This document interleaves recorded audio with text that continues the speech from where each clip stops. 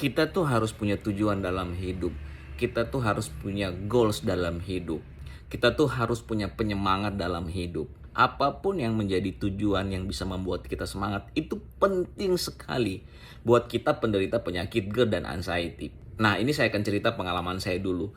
Jadi saya pernah tuh ada di masa-masa kehilangan semangat, hopeless, udah gak mikirin cari duit lagi, udah gak mikir anak-anak dan istri lagi, mereka butuh duit, mereka punya masa depan gitu.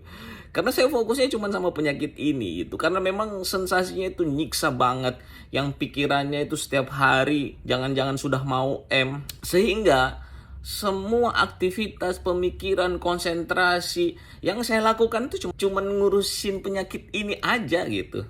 Udah nggak mikir kerjaan lagi gitu.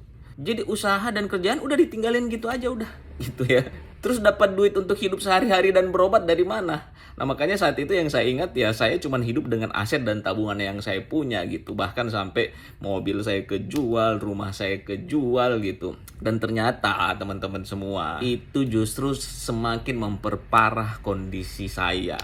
Sampai akhirnya saya sadar bahwa hidup ini tuh bukan cuma tentang penyakit ini aja. Yang setiap hari itu aja yang kita pikirin. Setiap hari kita mikirin beli obat lah apa lagi, berobat kemana lagi, di mana saya ketemu orang pinter. Pokoknya semua waktu, konsentrasi dan tindakan kita itu penyakit ini aja gitu. Itu salah gitu. Bahwa hidup ini ternyata itu banyak hal-hal penting yang harus kita wujudkan. Ada kesenangan kita, ada hobi kita ya. Dan pastinya ada anak istri kita yang butuh dinafkain, ada istri kita yang juga butuh dinafkain. Mungkin kita masih punya orang tua yang butuh melihat kita untuk jadi orang sukses gitu.